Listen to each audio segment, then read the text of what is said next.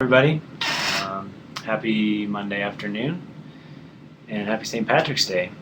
I am here to do a webinar, and my name is Evan, and so the topic of my webinar tonight is called A Day in the Life of an Open Sky Student, the Therapeutic Value of the Day-to-Day Routine. So my intention and purpose is to talk about what the daily routine looks like, what the average stay or day looks like of a student at Open Sky, and then why we do some of the activities that we do on the daily basis. So I'll go through kind of a broad, bigger picture stuff, and then to some more of the specifics, some of the smaller stuff that, what does the morning look like, afternoon, what does hiking look like, and things like that. So, and then some special activities, things like solos and what are those and why we do those, and night hikes and such.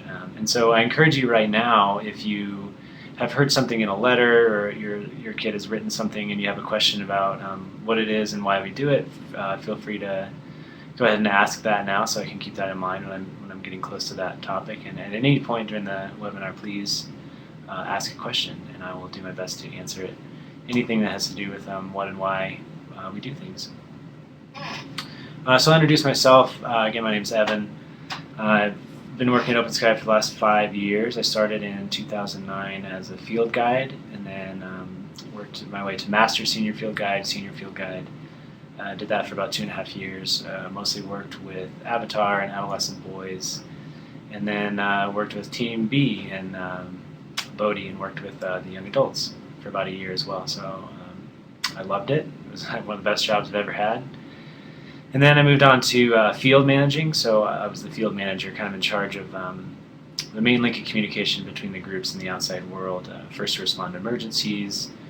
I would kind of train and mentor field guides and kind of know where all the groups are at all times and all the issues and stuff like that. And loved that job as well. But now I'm finishing up some school, and so I do. I'm a family services counselor, so I do family quests on the weekends whenever I can, and to stay in the field because I love it. It's powerful, and I encourage you all to look into family quests. There's a webinar by Kara called something about family quests, why and what they are. And I recommend you go through the webinar archives and watch that one if you're curious about a family quest. And so I hope to see one or some of y'all out there. And so that's who I am. Let's move on. So again, I'll go more specifically into my agenda. Look at some of the big picture, like asking why wilderness? What is wilderness? What does a wilderness look like at Open Sky, and why we use wilderness? And then some other things like why we have a base camp model and an expedition model, and then some things like why we have group dynamics, stuff like that. So that's kind of big picture stuff. And then I'll get into the daily routine, what it looks like with waking up in the morning, and then chores, and then hiking, and then fire, and shelters, and construction packs, and things like that. So kind of the average day, and I'll go into what that looks like and why. So yeah, my real purpose is the what and the why. So again, any questions about what you've heard so far of me talking about it, and what you might have heard from in letters or therapists, feel free to ask. And then, like I said, also some special activities. So I'll look at challenge hikes and night hikes, Mask of Solitude. There's countless others. So I'll try to have some time to get into some of those as well. So that is my agenda. So before I get into the specifics and the what of everything, I thought I'd talk about the why first. So I can kind of, everything that we do that I describe, I can kind of bring back to this slide, which is the main point is that everything we do has a purpose. Every bit of daily routine, everything that guides do, everything that students do ultimately has a purpose. And the first and most important in wilderness is physical and emotional safety. So physical safety being, is everybody dry? Is everybody warm? Is everybody fed? Are packs light enough so there's not knee injuries? What do your boots fit like? So and then a lot of the, like I'll talk about structure and consequence, and how we have rules and how we uphold those rules. And a lot of those rules have to do with physical safety, with keeping people safe around fires, keeping people safe around knives and how to use knives and things like that. So the most important thing what guides are thinking about all the time is the physical safety. Is everybody in the group safe? Are we safe?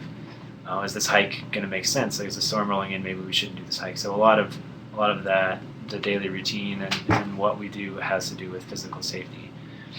And then emotional safety, which is a huge topic, and a whole webinar can be done on emotional safety and what it is and how we use it.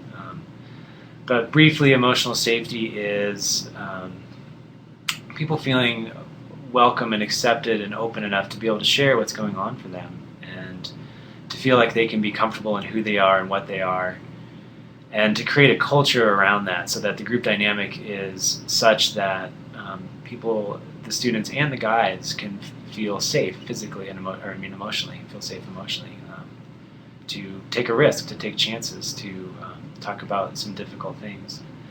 Because that's where the magic happens. That's where the therapy happens. That's when students open up and start to look at themselves. If they're not comfortable in the group to look at themselves, they won't, and that won't happen. And so that's why that emotional safety thing is such a priority, and a lot of what we do on a daily basis has to do with that emotional safety. So I'll go into those much more in detail, but it's like I feel statements, 4-line feelings checks, groups, things like that are all point to that emotional safety. And then the other thing is emotion, getting in touch with emotion. So wilderness is extremely challenging, especially for a student that's just come from whatever outside life and events have been going on. They get landed in this totally uncomfortable new experience, and it's really hard, and those bring up a lot of emotions. And so that's kind of like a lot of what we do is geared towards getting students in touch with their emotions, being aware of what's going on for them on a daily basis, because that's where a lot of acting out comes from, a lot of addiction comes from that, a lot of any sort of use, way of numbing anxiety, depression, all those things that a lot of our students deal with. The basis of them is emotional intelligence, learning how to identify emotion and healthy coping mechanism around that emotion, and allowing yourself to feel that emotion. And so a lot of what we do points towards that. First of all, that awareness. That's kind of the first goal, is awareness of emotion. So something like hiking is really hard, and so guides will kind of notice on a student's face or a student's body language that they're feeling something. So they'll stop and be like, what are you feeling right now? So that's kind of the first step of a lot of the daily routine things, is to point students towards feeling their emotions. And most of that is through challenge. It's through hard things like hiking, chores, things like that. And then there's also a positive side to all that too, which is waking up to see a sunrise is a really magical experience and can bring up a lot of the like, wow, I actually feel really empowered right now, and I feel confident, and I feel great. And a lot of other things like group dynamics and fire busting, getting your coal, which is kind of how we start all of our fires, primitive fire making, is a really powerful, potent experience. And so getting people in touch with that. So a lot of it goes towards emotional awareness, and then from the emotional awareness is the emotional intelligence, which is, springs from awareness, which is, knowing myself well enough to know what are my emotional triggers, what comes up for me when these certain things happen, and both the positive and the negative.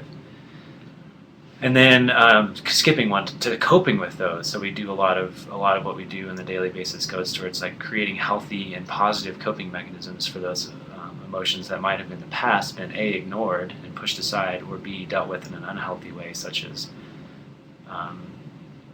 alcohol and drug use, or cutting, or self-harm, whatever it looks like. We bring up the emotion, have the awareness around it, have the intelligence, the self-awareness around it. How does it look like? When do I do this? And then what are healthy ways to deal with that in the future? And so a lot of the daily routine, a lot of what we do points to those things. And then with that is communication. How do I communicate these emotions? When somebody around me doesn't do chores and I get really frustrated, that's an emotion that I'm hanging on to, and the way to get rid of it, or the way to move through it, is to communicate that. And so a lot of the daily routine is bringing up the emotion, awareness of the emotion, coping skill of the emotion, and then communicating the emotion. How do I, for my own sake, saying it in a healthy and productive way instead of an angry way of throwing a pot across camp that I had a hard time cleaning because somebody else didn't clean it well the day before, and screaming and yelling. Positively communicating that, becoming aware of that emotion that comes up, and then communicating that to the person that was directly involved in that didn't clean the pot the first time. Instead of yelling and calling them names, communicate in a healthy way. And so the I feel statement and the 4-lane feelings checks and a lot of the kind of emotional daily routine stuff that I'll talk about points towards that communication skills. And then finally, everything is about a mirror, or a mirror for action and behavior. It's really amazing how I think about why wilderness therapy instead of going into a therapy appointment for an hour a day once a week. It's hard for things to come up in that hour, whereas if you're around guides and therapists who have a therapeutic awareness, then there's just a million things that happen on a daily basis that can be a really constructive and powerful mirror for how you are and how you act in the world and how you deal with things. So really one of the main goals and jobs of a guide is to hold up a mirror and be like, this is what I'm seeing right now, so that the student can see what their behavior looks like and how it affects themselves and how it affects the group. So then again, a lot of the daily routine is about creating the emotion, the communication, the coping skills around that, and then the mirror of like, this is how I see you're dealing with the emotion right now, and so that the student goes, oh, actually this doesn't feel good to me, and this isn't healthy for the group either. How can I change that? So again, that mirroring effect of being out in the wilderness for 24/7 around a group of people, lots of opportunities for reflection. And then finally, and the one that's closest to my heart and the one that I really resonate the most with is confidence building. I really think that one of the most common things that ails our culture is a lack of confidence. We're constantly bombarded with, you're not good enough, you're not good looking enough, you don't have the right things, you need to buy this, you need to do this, and I think it really has a really negative impact on the human psyche. The main culture is very oppressive in that way. And then pressures at school around groups and the ins and outs of who's cool and who's not and all that stuff. And so a lot of what we do on a daily routine and at Open Sky in general really builds a lot of confidence. And that's, as a guide, that's the most rewarding thing that I see, and it's one of the easiest things to see too. Even if a student has a hard time seeing one of their patterns, the whole 8 weeks they're there, we still get to see the experience of the first fire they've busted, or the first time they did a 10-mile hike and actually made it and felt good about it. There's so much confidence building opportunity out there, and a lot of what we do, the hikes, the fire initiatives, the building a really good shelter, all of that goes towards building confidence. And so as I'm going through a lot of the daily routines, I'll be referring back to this slide of like, how does hiking support this slide, the purpose behind why we do things. So then I'll talk a little bit about the big picture stuff. So wilderness, why wilderness? Or first of all, I guess I'll back up. What wilderness? What is wilderness? So for us right now at Open Sky, wilderness is the desert that's kind of in between Blanding, Dove Creek, and Monticello. And it's predominantly pinyon juniper and sage forested area. It's very open, lots of vistas. The picture that's actually above my left shoulder is in the desert at sunset at one of our campsites. So it's a really beautiful area. It's not actually designated wilderness because that's, permitting wise, that's really hard to do and monetarily and stuff, but it's still very isolated, miles and miles away. And so then why wilderness? That again, that could be a whole webinar, that could be a whole research project.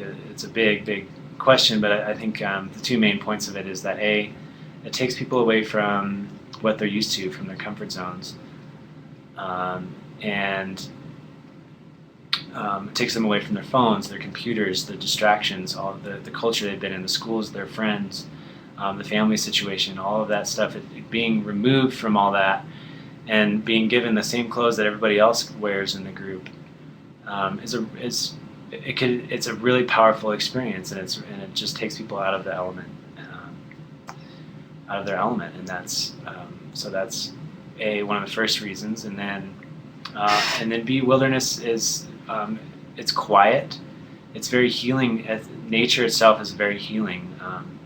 Being around, not being around cars and constant noise and horns and pollution and all that stuff, that really does a lot to ease anxiety. Anxiety just goes down in the woods because there's so much less stress, and it's kind of hard to believe actually from somebody that might be used to big cities and culture and being around densely populated areas, that the body responds with much less anxiety in a wilderness environment once you get used to it than being in mainstream culture. And it's rewarding. It's super beautiful. Being around beauty all the time is powerful. Seeing the sunrise, seeing the sunset every day, watching the stars rise. The stars are incredible out here, especially in the desert. We're miles and miles away from the nearest city. The nearest city is Albuquerque, which is like 400 miles away. So just amazing stars, and it's really beautiful. Really easy to be swept away with that, and then that kind of morphs into the next one, which is group dynamics. So we have groups very intentionally. We use the groups to as a powerful mirror. It's one thing to go out into the woods alone. In solos are powerful, and I'll talk about those. But really, being in the woods as a group brings up a lot as well. Everybody really depends on each other. All the chores happen. All the chores have to be done by everybody. It's not just an individual, and that creates a lot of communication that needs to happen, and it creates conflict, and that conflict then gets resolved, and then relationships grow stronger. And so there's just so much to work with in a group dynamic. There's working with the scapegoat of the group and working with the cliques that form. Guides are really highly trained and really do a lot with again bringing out the emotional awareness, emotional experience around group dynamics, around the inevitable conflicts that happen, around having to communicate.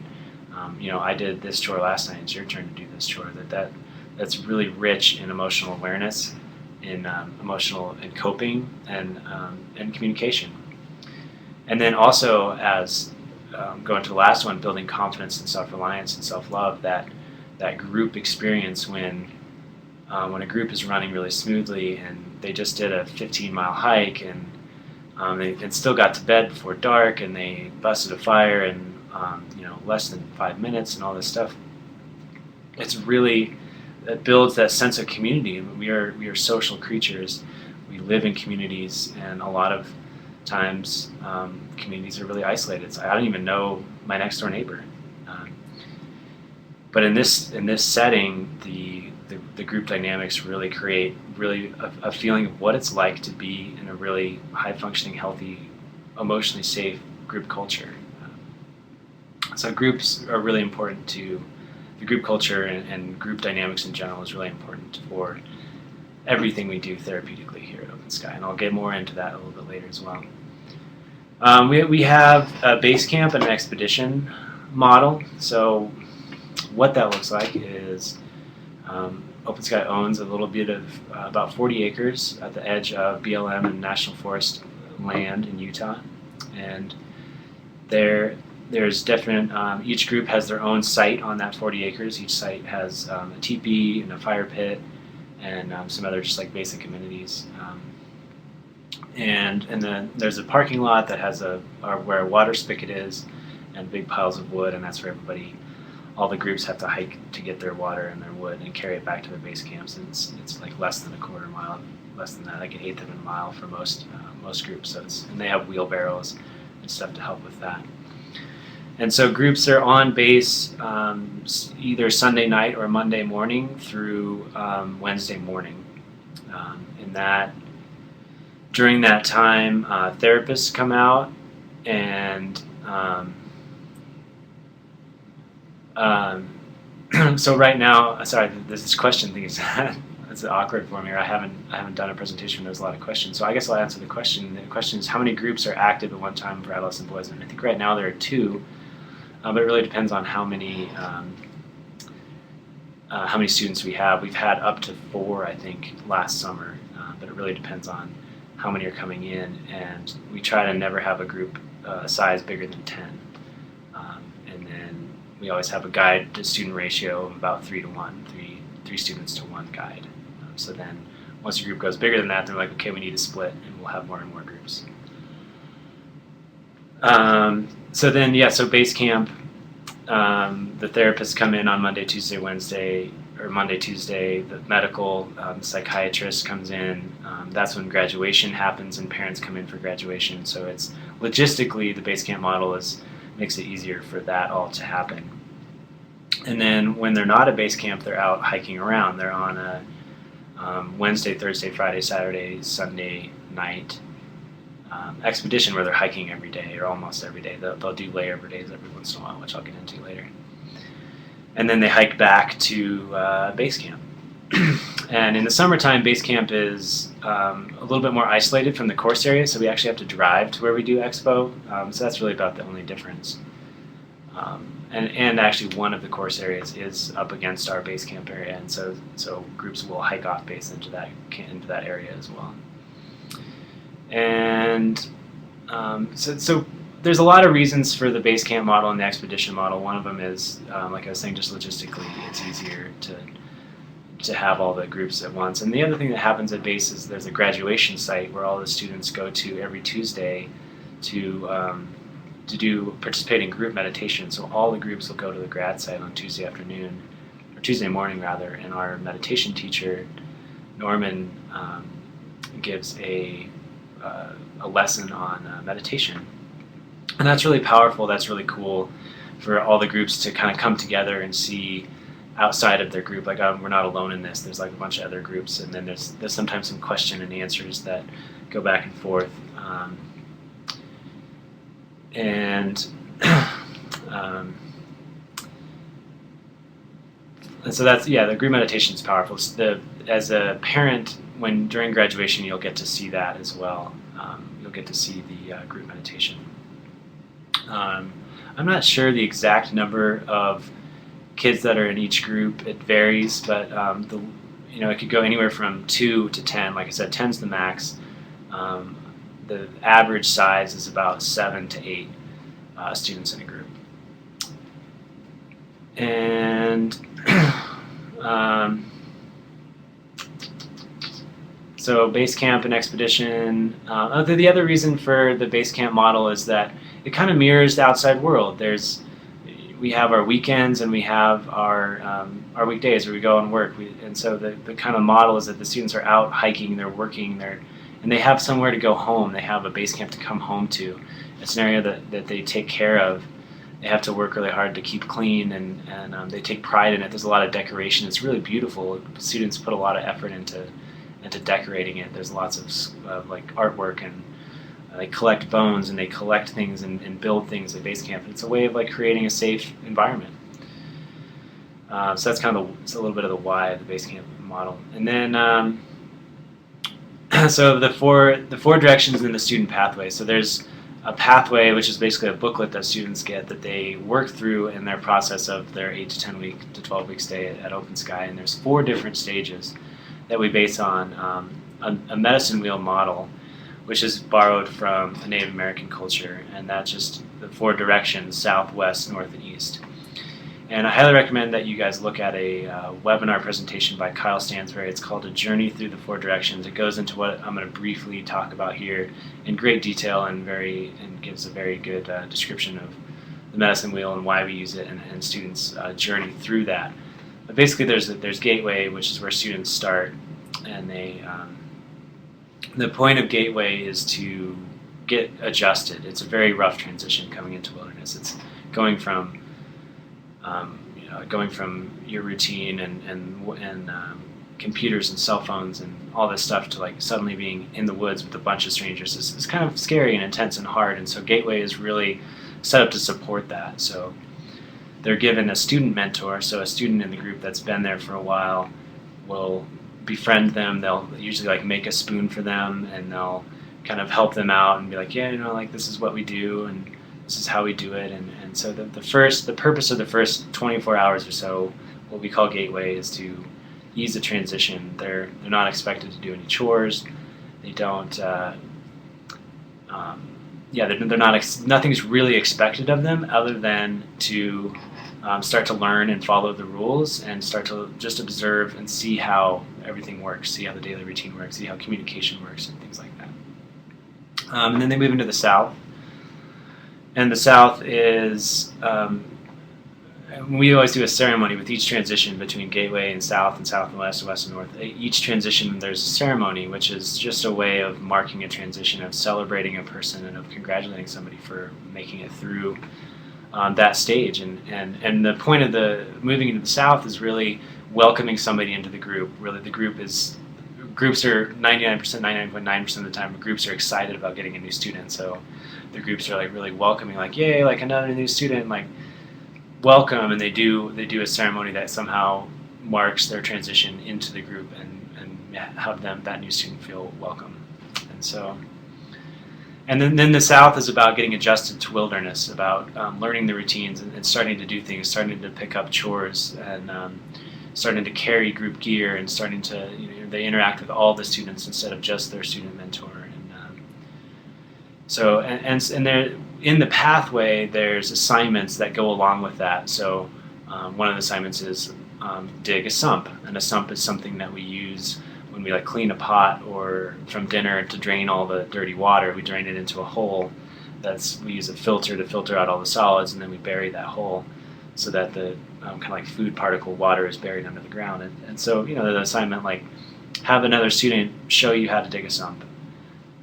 There's not a million, there's a lot of other assignments that are kind of oriented towards that. And some of them are like, learn the stars, learn a constellation, ask a guide to teach you a star constellation.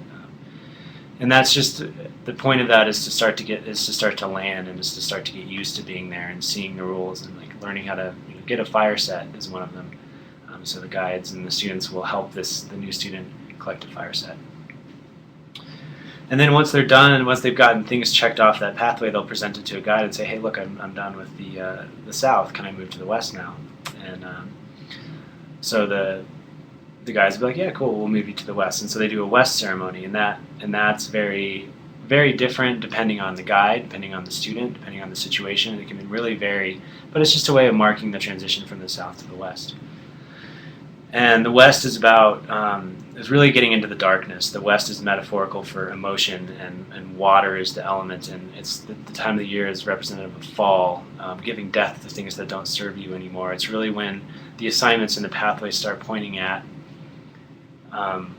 what is your work? Why are you here? Let's look at the things that are holding you back, and let's face those things. Going into darkness, going into doing the deep work, and that's what the West is about, and the pathway assignments all point towards that. And again, it's a lot of it's up to the individual student, how quickly they go through those, how they go through the assignments in the book, that point towards that aspect of the program. And then the North is the next direction, which is representative of leadership and culture and community. Stepping away from your own little bubble and world, and looking at the world around you, and how can I support my community? How can I build culture? How can I, where is my place in the greater world? And then, so again, that's when students learn how to read maps, and they start becoming leaders of the day, which I'll talk about. And so that's the North. And then the East is the last phase, and most students will graduate in the North. The East is rare to get to. The pathway is long to get to the East, but the East is representative of a new beginning. It's springtime. It's reflection. It's looking at what I've done. It's giving birth to something new. And again, a lot of the pathway assignments will point towards those themes as well. But again, I highly recommend going to look at Kyle Stansberry's webinar in the webinar archives to get more in depth into that. And so the daily routine, I'll go into as you can see, the slide is kind of broken up into, there's the physical daily routine and then the emotional routine. And so I'll kind of start with the physical routine. So wake up and first check. Wake up, the students wake up anywhere between 7:30 and 8:30, depending on the day, on the guides, on what the plan is for the day, stuff like that. And then they're given a certain amount of time to make it to Camp Center. And it's different from group to group because, again, I'll go into this a little bit more in detail later, but students and guides work together to create this structure. The students are like, well, I think this week we could do it in 10 minutes, or, we need a little bit more time, let's do a 15-minute. So we get the student buy-in in that process. So they'll do first check once they've been woken up and everybody's made it to the Camp Center. They do first check, which is, do you have everything you need for the day, or do you have everything you need for the next few hours? Do you have your toothbrush with you? Do you have your sun hat with you? Do you have your personal time stuff? If we decide to do personal time before we hike, do you have that stuff with you? So it's a way of keeping track of everything. And so going back to kind of the purposes, how does this point towards like emotional awareness and physical safety and emotional safety and communication? Well, it's physical safety. It's, do you have your rain gear? Like, what if it rains? Do you have it with you? Do you know where it is? Do you have your sun hat with you? You know that we're in the desert, it's sunny 300 days a year, intense sun, you're going to get a sunburn. Do you have your sun hat with you? So that's the physical safety aspect of it. And then the emotional awareness of it is it can be frustrating to keep track of all this. Organization, it's a hard thing. And so it's like, oh man, I forgot my sun hat, I left it back in my shelter. And that brings up that, it can bring up, mostly for students, it brings up self-doubt. It brings up, oh, I can't believe I did that, I'm an idiot, like, oh, look at how awful of a person I am, blah, blah, blah. And that can trigger a cycle that then a guide can be like, hey, this is what I'm seeing right now. And then that brings that emotional awareness of the student going, oh, this is what I'm going through. Just because of a simple thing, like I left my sun hat at the shelter, my head just spun out and I think I'm this awful person. And so it's that great mirror and reflection of like, wow, this little thing brought up all of this. And then communication comes from it. If this student left their sun hat in their shelter the day before and another student's frustrated about it, then that brings up that communication piece. The student that's frustrated has to be in touch with, hey, I'm frustrated, first. Second, how am I going to deal with that frustration? How am I going to communicate that frustration to the student that has kind of caused that frustration? And so that all of those, just the simple wake up, first check, could bring up a number of things. It does happen every once in a great while where a student will refuse to wake up or get out of the sleeping bag, and there's a number of different ways that we respond to that. But first of all, if a student doesn't get out of their sleeping bag or doesn't wake up, it's like, what's wrong? Is there something wrong with them? So the guides will they wait for a response from each person when they go around to wake up the students in the morning. So if the student doesn't respond, then we go into first aid mode. Every guide is highly trained. They have what's called a wilderness first responder, which is a 10-day highly intensive first aid training in wilderness first aid. And so then they'll go into that mode. The student's not responding, and they contact base and the emergency response, all that stuff, which has never happened actually, a student not waking up. But then if they refuse to get out of their sleeping bag, then it becomes a therapeutic issue, and there can be a million different ways of dealing with that, and that's fairly common. Adolescents when they first come in are like, I'm going to refuse to get out of my sleeping bag this morning until my parents come pick me up, and a lot of that is just being patient with that student, being like, okay, like we'll stay here with you. You're holding up the whole group. None of us can do anything until you move, and so we'll all sit around you and we'll talk and have a good time. Until you're ready to join the group. And so we'll involve the group, we'll get students to talk to that student that won't get out of the sleeping bag.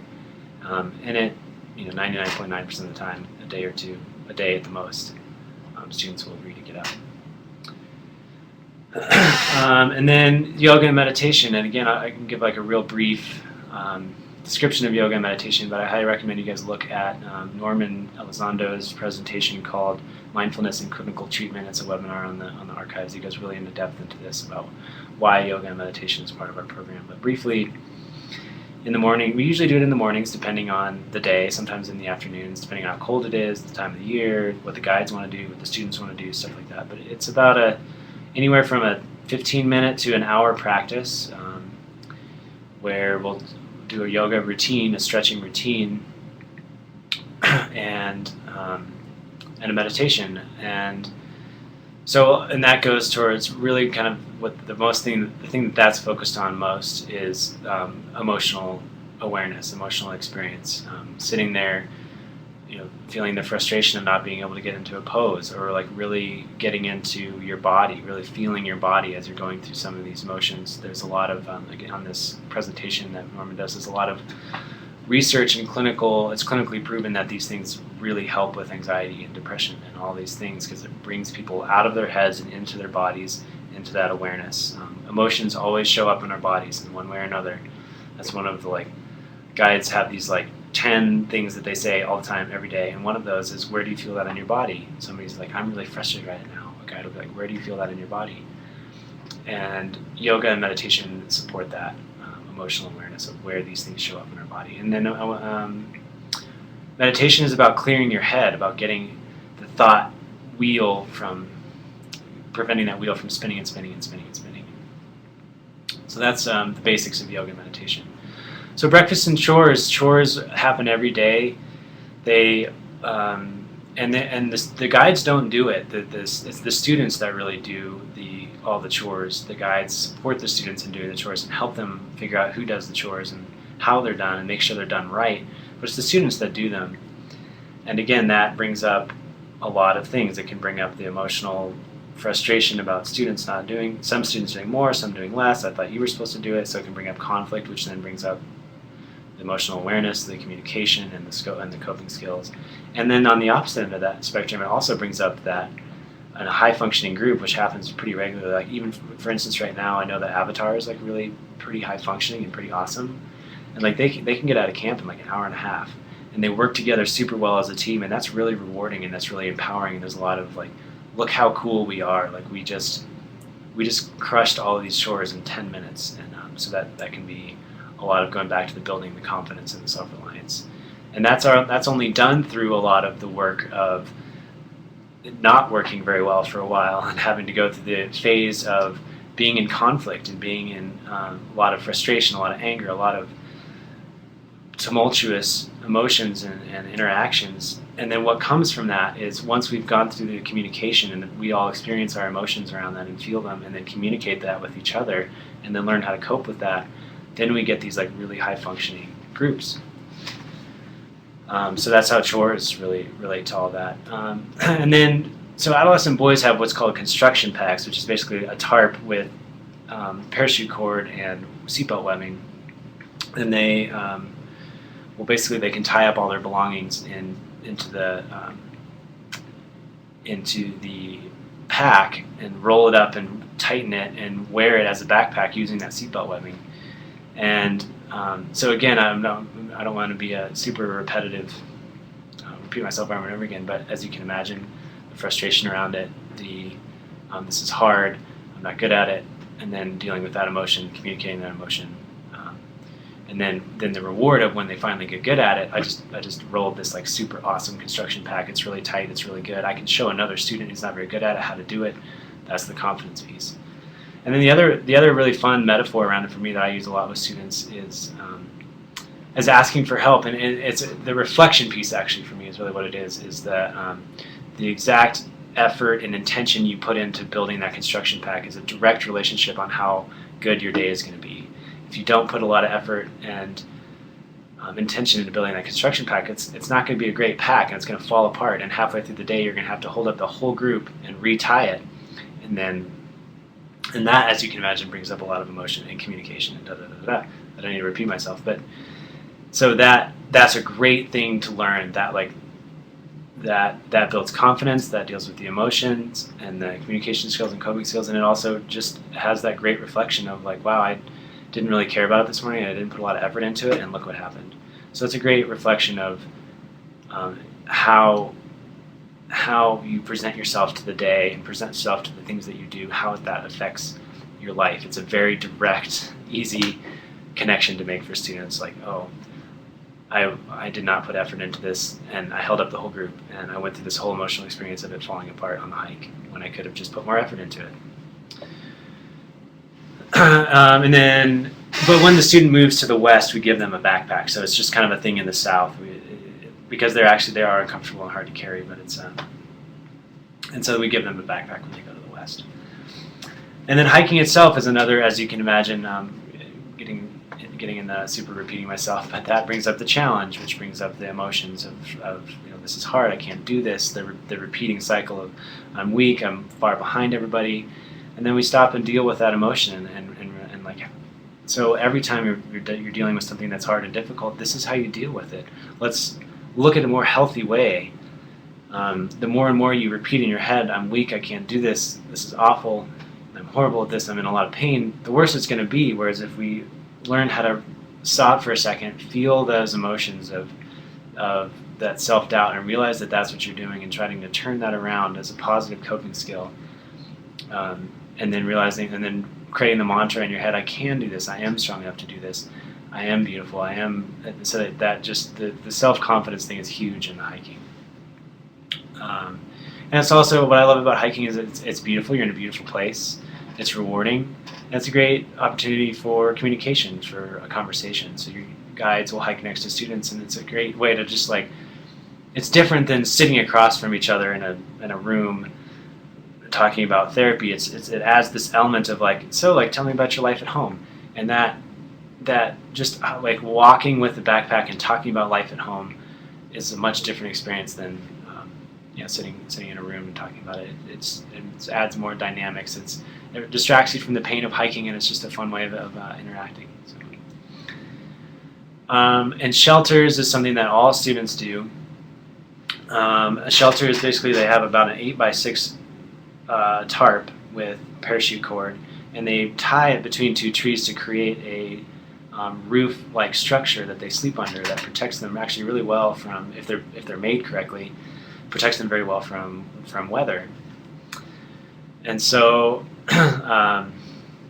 again, that's the exact, like everything I said about the construction pack, you can just apply that to the shelters. It's the frustration of learning it, having to learn all the knots, the self-reliance of building a really bomber shelter, and the reward about building a bomber shelter, and then the opposite of that, of like, I didn't actually put much effort into my shelter and I got wet, or I didn't put much effort into my shelter, and everybody's looking at it like, come on dude, like you can do better than that. And so there's a lot of again, like I said, everything about construction packs, just apply it to shelters. It's the same thing. It's that self-reliance, confidence, emotional awareness, and the mirror of the amount of effort and intention I put into this shelter, the better my night's going to be. Even without weather, there's just something that feels good about sleeping under a well-built shelter.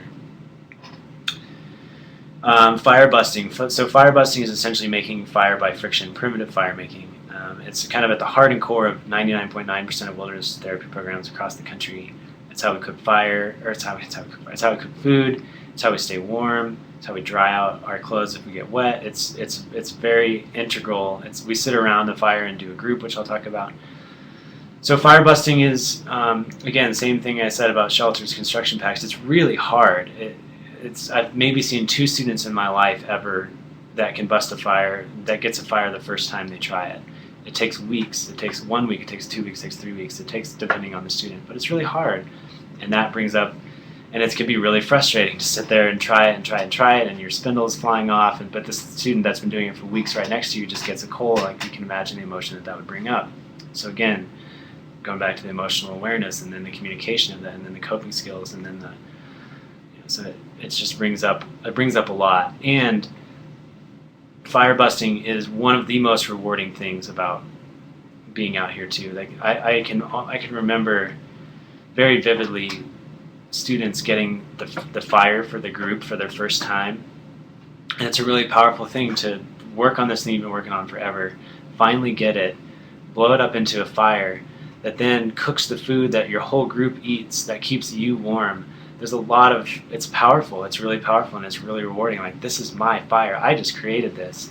And it was really hard, and it took me weeks to do it, and usually that night, that student that created that fire for the first time, and even if it's the third time, they're just a little bit, there's like just a notch above where they were before it happened. A lot of magic there, a lot of magic in the fire busting. And there's a lot of other metaphor and a lot of other purpose behind it. Going to collect all the materials. Again, all of the effort, what makes a good fire set is how well built it is. So the students that are getting fires all the time, they're good at the skill, but they're also good at maintaining their fire set. There's a lot of maintenance in it. So life maintenance is a great metaphor from it. So students, once they learn how to like, oh, this is what I need to do so that every time I pull out my fire set, I can get a fire. That's that learning how to take care of yourself, learning how to create routines that are healthy and that help support daily life. So the fire busting is again, a whole webinar could be done on it. So that's kind of the daily routine. So with interwoven in that physical daily routine is an emotional routine.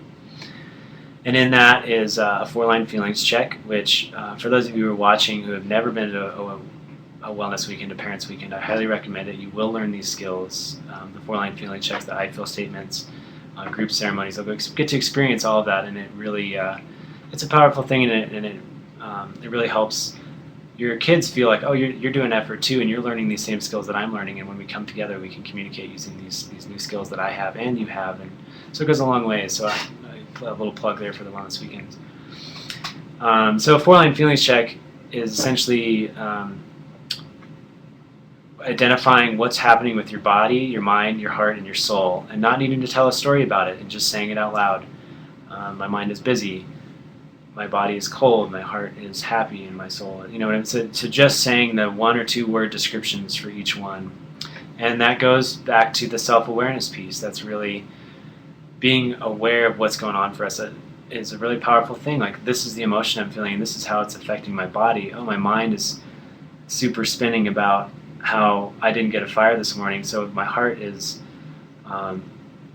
like self-doubtful and critical because of that, and my body is like hunched over, and my soul is, I can't feel it. So just seeing the connection between all of those 4 things is a really powerful therapeutic tool. The self-awareness is the big piece behind that, and communication, being willing to be vulnerable. This is what's going on for me right now.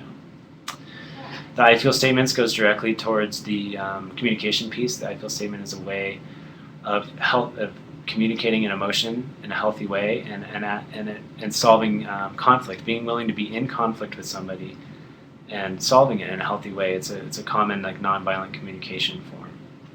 The basic structure is I feel blank, which is an emotion, so I feel some emotion when some event that created the emotion. I imagine I feel this way. Why do you think that the event created the emotion that you felt? And then in the future, I hope. The future, I hope means how am I going to deal with, what's the coping skill in the future? Or what is my request for the person that didn't do chores? Like, my hope in the future is that you can do chores. And so there's always a hope for yourself, which would be like, I hope I can communicate these emotions healthy, and I hope that I can help support you in doing the chores. And then there's a hope for the other person, which is I hope that you can do more chores in the future. So and then that gets reflected by the student that it was busted to or at, and then it's dropped. So then there's that. That's the only kind of communication that's allowed to happen around the conflict, and then it's dropped, and it's a really powerful, magical tool that effectively solves conflict. Structure and consequences, that's a lot to do with, that's boundaries. That's a lot of that's physical stuff, like I was mentioning earlier, fire, knife, safety, eyesight, safety, adolescents calling their names so we know where they are. And a lot of that's just physical safety. And then again, broken record here, a lot of that brings up the frustration and I'm pushing a boundary. What does this look like when you push a boundary with your parents? Are you always doing this? And how does it work out for you? What's the emotion coming up when we're telling you that you didn't ask to cross this person's fire and now you're going to have to suffer this consequence from it? So again, a lot of that awareness around that. Groups. So groups happen every day, once a day, and it's just a topic. It's and usually the guides work together with the therapist at the beginning of the week, and the therapists are like, so these are the themes I see. Let's run a group on relationships, and then another group on anything, any topic. So I've done one on scars. Share an emotional scar. Share a physical scar. Guides can be really creative with topics. It was like substance abuse. People talking about that, groups about that, groups about people sharing their anxiety stories or depression stories and talking about just kind of whatever needs to be talked about.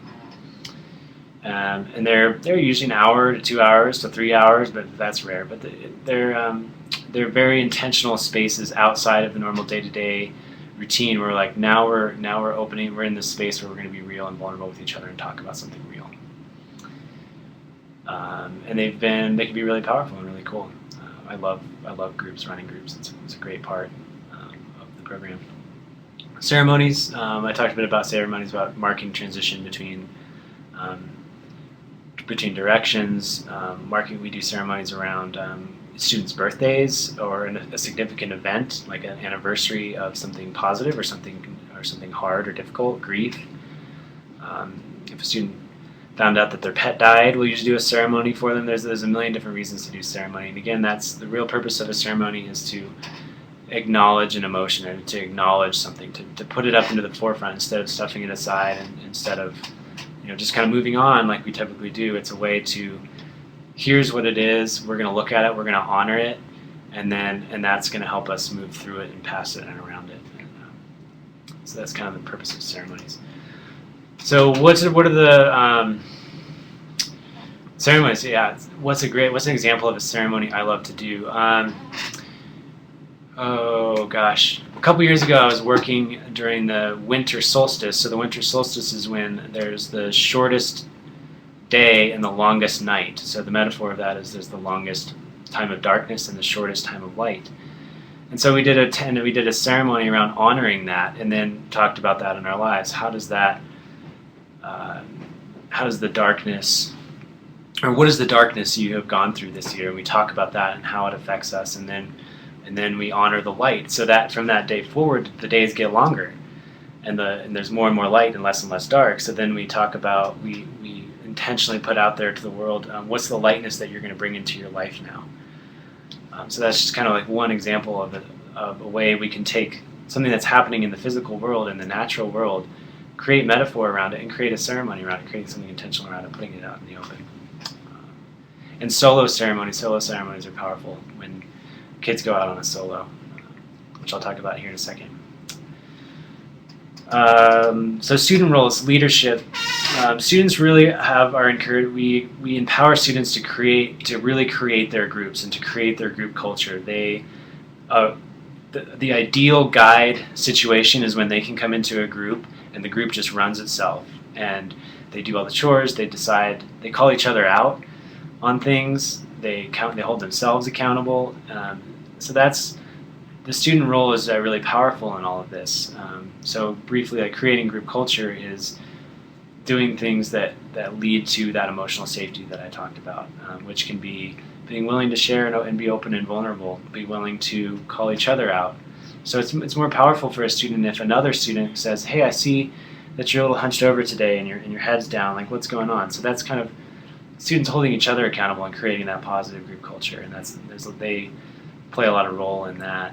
And then holding each other accountable, or holding themselves accountable, I mean. So students will, I've seen a student be like, "Hey, like during lunch, Johnny didn't pick up this piece of trash and I had to pick it up. And I was really frustrated, but instead of communicating that, I held that in, and now I need to communicate it. Like that was my bad. Like I should have communicated it then instead of held that in, and it was poison because I was spinning in my head about how awful this person is. Really, all I needed to do is communicate my emotion." And so they called themselves out on that, and that's when that happens.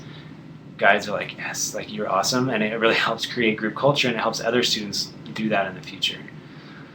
So the students really do play an integral role in that, holding each other accountable and in creating group culture and in creating their own environment for healing and health. Guides' role. So guides' main deal is physical and emotional safety. That's kind of the thing that they're looking at the most throughout the day, making sure everybody's physically and emotionally safe. And then they also play a big role in creating culture, but they try to do it through the back door. So they'll have, say, one student has been there for a while and they're confident and they're doing pretty well. They're in the north, and there's another student that just got here and is like really not doing well. The guide will go over to the student that's in the north and that's doing really well and be like, "Hey, like why don't you go talk to him and like ask him what's up?" And so he'll do that, or maybe say a student is not participating very much, and the student will intentionally make him leader of the morning, or over them leader of the morning, so that they have to to help create the culture themselves and put themselves out of their comfort zone. The guides are always looking at group dynamics and looking at how students are showing up, and trying to create creative ways to get them to participate or to get them to look at the work that they need to do and so forth. And then reflection. Guides are big mirrors. The big job, basic job description of a guide is to be a mirror, to hold up the mirror and be like, this is what I'm seeing. Like, just pointing out body language, pointing out how they're showing up in the group, how people are showing up. The more guides reflect back to students what they see and experience of them, the more of that self-awareness comes out, the more of the emotion. It can bring up emotion. It can bring up, like, I can't believe you're saying that. Like, no, screw you, I don't believe that.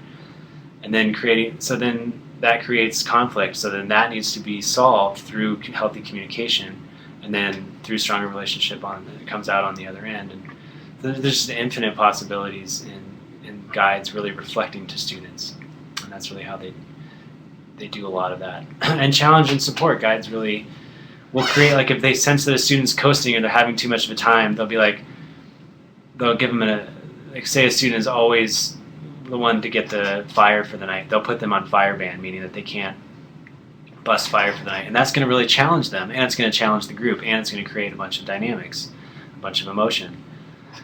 So they do that, and at the same time they also provide a lot of support. They, if a group's in a dark place, they provide a lot of they read the culture of the group and the students, and then they provide the appropriate response to it, and really dynamic. Its guiding is a super dynamic good job, and it's really rewarding. So, and another thing here is Norman and Martha did a webinar on Open Sky Field Guides, who they are, how we hire them, how we train them, and who they are as people. And so if you want to learn more about guides, I recommend that webinar. Last thing real quick, some of the special activities that we do. So these are some of the routine that I just talked about helps support all those things which I brought up in the beginning: the physical, emotional safety, the emotional awareness and intelligence, communicating, coping, mirroring, reflecting. So I just kind of went through how all of the daily routines support that, and now this is actually breaking all those daily routines also supports all those things. So these are some of the things we do that kind of break that daily routine, and that actually can help support some of those original goals that I talked about. So mask of solitude is when a student is asked to not participate or speak to the group for an entire day. And so that can be if a student is, again, always the one that does the chores and really holds the group and carries the group, we'll actually intentionally ask them to be on a mask of solitude. You can't participate in the group today. Like, you have to be in total silence the whole day. You can't even talk to guides. And that's a really powerful initiative. It's a really challenging thing. It can bring up it's good for the group to help them learn how, like, whoa, this is how much we were depending on this person. And it's really helpful for the person to realize, like, this is how much I was in control of the group. And this is how hard it is for me to experience the group being not in my control. This is how hard it is for me to not be able to communicate. And so there's a lot of things that can come from that Mask of Solitude initiative. And most students, I would say about 70% of the students do that at some point. It's a cool experience. Solos, the whole webinar can be done on solos. I hope it is soon. But briefly, a solo is when students go out into the woods by themselves. There's a lot of structure around it. There's a lot of safety around it. Guides are checking on them multiple times a day, getting eyesight. They're still fed. There's a lot of physical safety things involved. But really, the intention of solos is to kind of break up the routine. Like, it can be really hard being around a group of people 24/7 for weeks at a time, and sometimes you just need a little space and distance. And so solos is great for that. And it's also a lot of self-reflection, a lot of time and space to create things. This picture on this slide actually was created by a student who, on a solo, was asked to make an art project that's representative of something. I'm not sure what. But that's what they created, and that's, you can't do that on a normal daily routine. That's something that happens on solos when there's a lot of time and space. Challenge hikes. So challenge hikes are a great way to build the confidence and build up self-love and confidence. If the group's in the right place, the guide will at the beginning of the week be like, hey, do you think we could do a 15-mile day? And the students are like, no, we can't do that. But then we'll like build it up and like create it. And like, no, we're doing it, and it's going to be a long hike. A 15-mile hike is a long hike when you're wearing when you're carrying a 50-pound pack.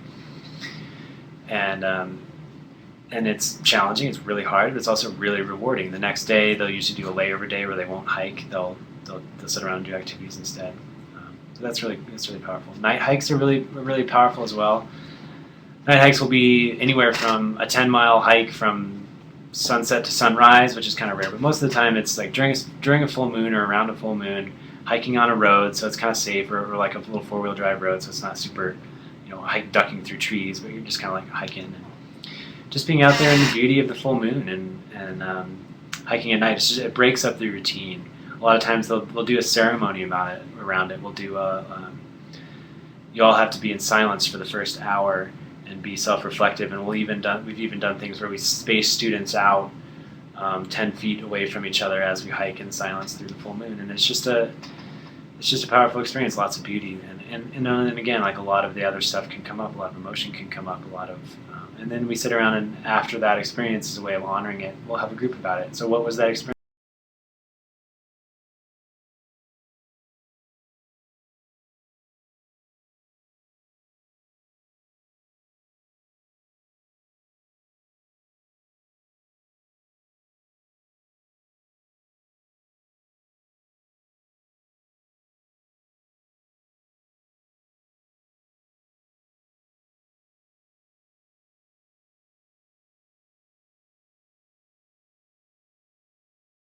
Like, what was the night hike like? What came up for you? Talking about that. Shipwreck days are one of my favorites. I love shipwreck days. So shipwreck day is when the guides get to write this funny creative letter about how their captains and their leaders have died in a shipwreck or have disappeared or got abducted by aliens, and the students totally run the day. They pick the student that's the leader of the day. The guides usually paint their faces black with charcoal, and they only intervene if it's a matter of physical or emotional safety, and otherwise they let the students, they say, this is where camp is tonight, get us there, and we'll start talking once it's time for bed. And so that's a really powerful tool for the students to be empowered and to realize that they can do it without the guide's input. It can be a great way to see how they respond with emotional conflict and emotions without guides pushing, and like watching students really be accountable for each other. It's a really cool deal. And most of the time they overachieve, which is kind of the funny part of shipwreck days. Sweat lodges are, again, a whole webinar could be done on sweat lodges, but it's really just it's kind of a dark space that we heat up with rocks from a fire. It's based on a ceremony from the Lakota Native Americans, and it's really just a way of, it's basically a group with the added kind of physical challenge of being in a hot space that's dark, and that can bring up a lot, and it can be really powerful. It's usually a really great initiative. I wish I could say more about it. Creative initiatives by guides is another great way. That, again, guides have so much creativity and so much power to do what they think feels right, and so I've seen guides, like groups, maybe a group's not doing super well working with each other, so I've seen a guide take a long string of P-cord and tie each student together about 2 feet apart from belt loop to belt loop, and so the group was forced to do everything together. And that's just one example of a kind of a creative way to break the routine, to break the day, that brings up all kinds of stuff. It brings up the confidence of being able to do it together as a group, brings up the emotional conflicts and resolving those conflicts, going through the I feel statements, and there's just so much richness in just a simple initiative like that. And again, I wish I could go into, there's thousands of examples of great things, but the guides are really empowered to do those things. Guides are really taught to look for things, look for dynamics in groups, look for dynamics in students, and come up with something creative to bring it to light, to bring it to the open. So those are some of the special activities. So I guess the end conclusion is that everything we do has a purpose behind it. Every bit of the way the program was designed specifically for certain things, to bring out these things I've talked about earlier: self-awareness, self-confidence, emotional coping skills, and much more that I was not able to get to in this short presentation. So that's my presentation. Thanks for listening, and I hope you all have a wonderful Monday night.